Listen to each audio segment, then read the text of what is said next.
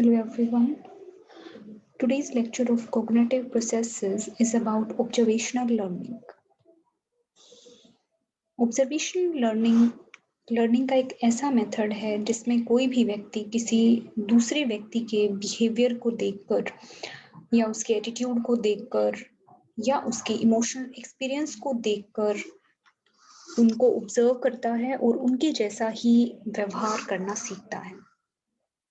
हालांकि नॉर्मली ये माना जाता है कि कोई भी ऑब्जर्वर किसी दूसरे व्यक्ति जिसको मॉडल कहा जाता है उसकी कॉपी करता है, लेकिन अमेरिकन साइकोलॉजिस्ट एल्बर्ट बेंडूरा ने इस बात पर फोकस किया कि ऑब्जर्वेशन लर्निंग में ओनली कोई व्यक्ति मॉडल की कॉपी नहीं करता है या उसको ओनली इमिटेट नहीं करता है, बल्कि उसके व्यवहार को देखकर साधारण रूप में सीखने की कोशिश करता है और सेम वैसा ही व्यवहार सीखकर उसी व्यवहार को दोहराने की कोशिश करता है या सेम उसी व्यवहार को रिपीट करने की कोशिश करता है। तो इसका मतलब है कि ऑब्जर्वेशन लर्निंग में सेम उसी व्यवहार को रिपीट करने के लिए पहले उस व्यवहार को सीखना जरूरी है, उस व्यवहार को लर्न करना जरूरी है। ऑब्जर्वेशन लर्निंग एल्बर्ट बेंडूरा की सोशल लर्निंग थ्योरी का ही एक कंपोनेंट है। तो ऑब्जर्वेशन लर्निंग के फील्ड में एल्बर्ट बेंडूरा का नाम सबसे ज्यादा लिया जाता है।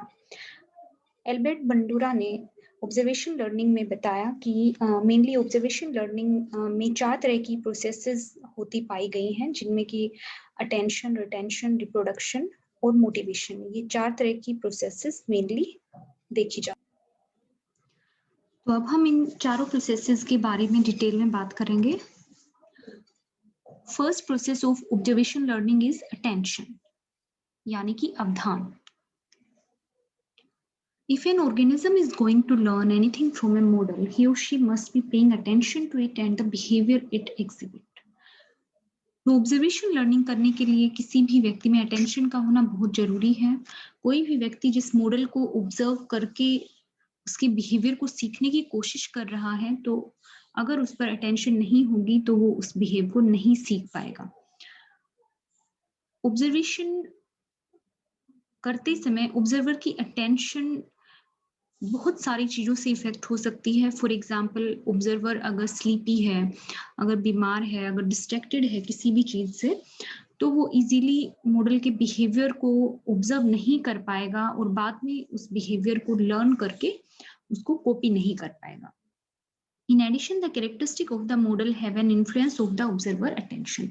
इसके अलावा मॉडल की बहुत सारी कैरेक्टरिस्टिक ऑब्जर्वर की अटेंशन को इन्फ्लुएंस कर सकती हैं। बेंडूरा और दूसरे रिसर्चर्स ने ये पाया कि ज्यादातर लोग अट्रैक्टिव मॉडल्स की तरफ ज्यादा आकर्षित होते हैं, यानी कुछ ना कुछ अगर मॉडल में अट्रैक्टिव है तो व्यक्ति उसकी तरफ ज्यादा ध्यान देगा। अगर उनके जैसा ही वो दिखाई दे रहा है या कोई ना कोई कैरेक्टरिस्टिक ऑब्जर्वर के जैसी ही उसमें है, या वो बहुत ज्यादा फेमस है, प्रेस्टिजियस है, या फिर उनके बिहेवियर के लिए मॉडल को रिवॉर्ड दिया जा रहा है, तो उनकी तरफ ऑब्जर्वर का ध्यान ज्यादा जाता है। This explains the appeal that athletes have on the behavior of young children and that successful adults have on college student. तो यही सारी चीजें इस चीज को भी एक्सप्लेन करती हैं कि क्यों यंग बच्चों के बिहेवियर के ऊपर एथलीट्स का या फिर सेलिब्रिटीज के बिहेवियर का इफेक्ट देखने को मिलता है, या फिर कॉलेज स्टूडेंट के ऊपर अडल्ट लोगों का या फेमस जितने भी लोग हैं उन लोगों के बिहेवियर का इफेक्ट देखने को मिलता है। Second process is retention. तो ऑब्जर्वेशन लर्निंग के लिए सेकेंड प्रोसेस या सेकेंड रिक्वायरमेंट हम कह सकते हैं रिटेंशन या रिमेम्बरिंग होती है। रिटेंशन को ही हम याद करना भी कह सकते हैं या स्टोर करना कह सकते हैं, मेमोरी में स्टोर करना रिटेंशन कहलाता है। If the human or animal doesn't remember the behavior, there is a less than probable chance that they will imitate it. अगर कोई भी ह्यूमन या एनिमल किसी के बिहेवियर को याद ही नहीं रख पाएगा, तो वो बाद में उसको कॉपी कर पाए या सेम वैसा ही बिहेव वो कर पाए, इसके बहुत ही कम चांस देखने को मिलते हैं। किसी भी नए बिहेवियर को सीखने के लिए सिंपल अटेंशन काफी नहीं होती है। सिंपल अटेंशन के साथ साथ यानी फोकस करने के साथ साथ ऑब्जर्वर को मॉडल के बिहेवियर को रिटेन करने की यानी कि याद रखने की या फिर स्टोर करने की भी जरूरत होती है, ताकि बाद में जब भी उसको जरूरत हो तो वो उस बिहेवियर को याद करके रिट्राइव करके दोबारा से उस बिहेवियर की कॉपी वो कर सके। To increase chances of retention, the observer must structure the information in an easy to remember format. तो ऑब्जर्वर के लिए जरूरी हो जाता है कि वो इंफॉर्मेशन को इजी टू रिमेम्बर फॉर्मेट में याद करे या इस तरीके से ऑर्गेनाइज करके चीजों को याद करे कि बाद में जब भी उसको जरूरत हो वो आसानी से उनको रिट्राइव कर पाए या इजीली चीजों को याद कर पाए। तो रिटेंशन के लिए या चीजों को याद रखने के लिए व्यक्ति निमोनिक डिवाइसेस का यूज कर सकता है या फिर अपनी डेली लर्निंग हैबिट का यूज भी वो कर सकता है। The behavior must be easily remembered so the action can be performed with little or no effort. अब निमोनिक डिवाइस या फिर डेली लर्निंग हैबिट की हेल्प से अगर व्यक्ति याद रखेगा दूसरे व्यक्ति के बिहेवियर को या मॉडल के बिहेवियर को, तो वो इजीली जब भी उसको जरूरत होगी बिना किसी एफर्ट के आसानी से उसको याद कर पाएगा। And the third process is reproduction. The behavior is remembered, but can it be performed in real life? अब यहाँ ये क्वेश्चन दिया गया है कि बिहेवियर को याद तो हमने कर लिया, लेकिन क्या उस याद किए हुए बिहेवियर को हम रियल लाइफ में परफॉर्म कर पाएंगे या क्या हम रियल लाइफ में परफॉर्म कर पाते हैं हमारी याद करी हुई चीजों को? Reproduction is the process where the observer must be able to physically perform the behavior in real world. Easier said than done. तो रिप्रोडक्शन जैसा नाम से भी पता लग रहा है कि किसी भी चीज को दोबारा से प्रोड्यूस करना या किसी भी एक चीज को अगर हमने याद किया है या किसी के बिहेवियर को हमने ऑब्जर्व किया है तो उसी बिहेवियर को दोबारा से रियल लाइफ में या हमारे खुद के बिहेवियर में परफॉर्म करना, उस चीज को रिप्रोडक्शन कहलाता है। This requisite of behavior concerns the physical and mental ability of the individual to copy the behavior he or she observed. तो रिप्रोडक्शन में ऑब्जर्वर ने जिस भी मॉडल के बिहेवियर को ऑब्जर्व किया है उसके बिहेवियर के ऊपर अटेंशन या फोकस किया है, आफ्टर अटेंशन उसके बिहेवियर को स्टोर किया है, रिमेम्बर किया है या फिर रिटेन किया है उसके बिहेवियर को, उसी बिहेवियर को अपने बिहेवियर में लेकर आने की एबिलिटी को ही रिप्रोडक्शन कहा जाता है। वो कोई फिजिकल एक्टिविटी भी हो सकती है और मेंटल एबिलिटी भी हो सकती है जिसको व्यक्ति ऑब्जर्व करके अपने खुद के बिहेवियर में लाने की कोशिश करता है। अब यहाँ इन्होंने एक एग्जाम्पल दिया हुआ है कि एक छोटा बच्चा है, वो एक कॉलेज बास्केटबॉल प्लेयर को बॉल फेंकते हुए देखता है, बास्केटबॉल प्लेयर को देखता है वो कि बॉल नेट में डाल रहा है, तो बच्चा जब भी बास्केटबॉल को देखेगा या बास्केटबॉल उसके पास आएगी तो वो सेम उसके बिहेवियर को कॉपी करने की कोशिश करेगा, वो वैसे ही उस बास्केटबॉल को नेट में डालने की कोशिश करेगा। लेकिन बच्चा क्योंकि उसकी हाइट कम है, एक कॉलेज बास्केटबॉल प्लेयर है, उसकी हाइट उससे कहीं ज्यादा होगी, तो बच्चा बहुत कोशिश के बाद भी सेम एक्टिविटी या सेम बिहेवियर को नहीं कर पाएगा, यानी बास्केटबॉल को वो नेट में नहीं डाल पाएगा। वहीं अगर एक यंग बच्चा है या उससे बड़ा बच्चा है या एडोलेसेंट हम कह सकते हैं, एडोलेसेंट बच्चा अगर ट्राई करेगा तो वहां पॉसिबिलिटीज हैं कि थोड़ी बहुत प्रैक्टिस के बाद वो बच्चा सेम उस कॉलेज बास्केटबॉल प्लेयर की तरह बास्केटबॉल को नेट में डाल पाए।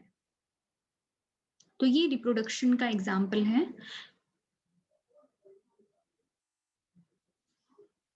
अब नेक्स्ट हम बात करते हैं बोबोडोल एक्सपेरिमेंट की। ऑब्जर्वेशन लर्निंग में एल्बर्ट बंडूरा ने बोबोडोल एक्सपेरिमेंट नाम से एक्सपेरिमेंट किया था। एल्बर्ट बंडूरा ने ये एक्सपेरिमेंट बोबोडोल्स के ऊपर किया था, इसीलिए इस एक्सपेरिमेंट का नाम बोबोडोल एक्सपेरिमेंट पड़ा। Bobodol experiment showed that children would mimic violent behavior simply by observing others. तो Bobodol experiment में mainly एल्बर्ट बंडूरा ने ये देखा कि बच्चे नॉर्मली वायलेंट बिहेवियर को ऑब्जर्व करके सेम उसके जैसा ही बिहेव करने लग जाते हैं। अगर बच्चों के आगे वायलेंट बिहेवियर बार-बार शो किया जाए या वायलेंट बिहेवियर उनके सामने शो किया जाए या रियल इंस्टेंसेस में उनके सामने रखा जाए, तो बच्चे भी वैसा ही वायलेंट बिहेवियर शो करने लग जाते हैं। In the experiment, children were shown a video where a model would act aggressively toward an inflatable doll, hitting, punching, kicking, and verbally assaulting the doll. तो एक्सपेरिमेंट में बच्चों को एक वीडियो दिखाया गया जिसमें कि मॉडल बोबो डॉल्स के ऊपर बहुत ही एग्रेसिवली बिहेवियर शो कर रहा था। मॉडल उन बोबो डॉल्स को हिट कर रहा था, पंच कर रहा था, किक कर रहा था और वर्बली भी साथ में असोल्ट कर रहा था। तो यहाँ पर 3 अलग-अलग तरह की एंडिंग्स देखने को मिली। 3 अलग-अलग तरह की एंडिंग्स बच्चों को दिखाई गई उसी वीडियो में। एक वीडियो में क्या दिखाया गया कि the model was punished for the behaviour. एक वीडियो में दिखाया गया कि मॉडल को उसके बिहेवियर के लिए पनिश किया गया। दूसरे वीडियो में दिखाया गया कि मॉडल को उसके बिहेवियर के लिए रिवॉर्ड मिला। एंड तीसरे वीडियो में दिखाया गया कि ना तो उनको रिवॉर्ड मिला और ना ही उनको पनिश किया गया। After watching the model, children were given a bobo doll identical to that in the video. Their behavior were observed. अब ये वीडियो दिखाने के बाद बच्चों ने जैसे ही उस वीडियो को देखा, मॉडल को देखा, उसके जस्ट बाद उनको बोबो डॉल रियल फॉर्म में दिए गए और उनका बिहेवियर ऑब्जर्व किया गया। Researcher found that children were more likely to mimic violent behavior when they observed the model receiving a reward or when no consequences occurred.